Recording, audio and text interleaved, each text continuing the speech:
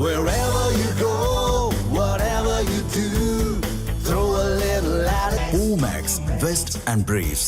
இந்த ஆண்டுக்கான வருடாந்திர அறிக்கையை வெளியிட்டுள்ள மத்திய அமலாக்கத்துறை இதுவரை 54 நபர்களுக்கு எதிராக தப்பி ஓடிய பொருளாதார குற்றவாளிகள் சட்டத்தின் கீழ் நடவடிக்கைகள் தொடங்கப்பட்டுள்ளதாகவும் அவர்களில் 21 பேரை தவிர தப்பி ஓடிய பொருளாதார குற்றவாளிகள் என்று அறிவிக்கப்பட்டுள்ளதாகவும் தெரிவித்துள்ளது.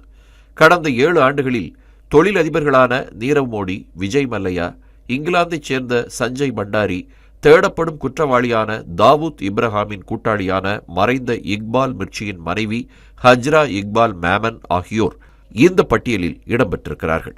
இவர்களிடமிருந்து சுமார் 2178.34 கோடி ரூபாய் மதிப்பிலான சொத்துக்கள் பறிமுதல் செய்யப்பட்டுள்ளதாகவும் அமலாக்கத்துறை தெரிவித்திருக்கிறது.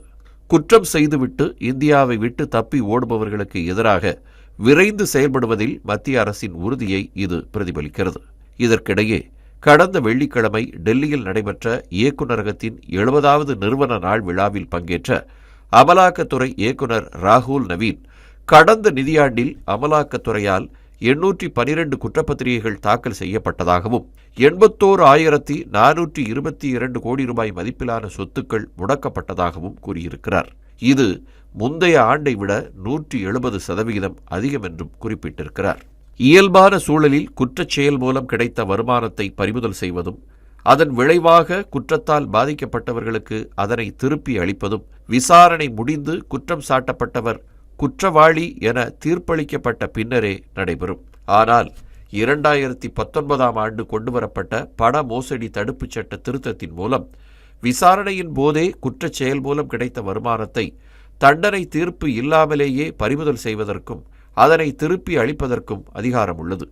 இதன்படி இந்த ஆண்டு பாதிக்கப்பட்டவர்களுக்கு 63,142 கோடி ரூபாய் திருப்பி அளிக்கப்பட்டிருக்கிறது.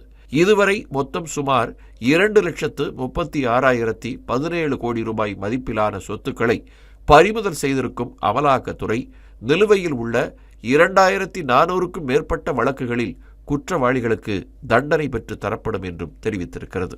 இது பொருளாதார குற்றவாளிகளுக்கு எதிரான பிரதமர் மோடி தலைமையிலான அரசு சரியான தண்டனையை பெற்று தருகிறது என்பதையே காட்டுகிறது.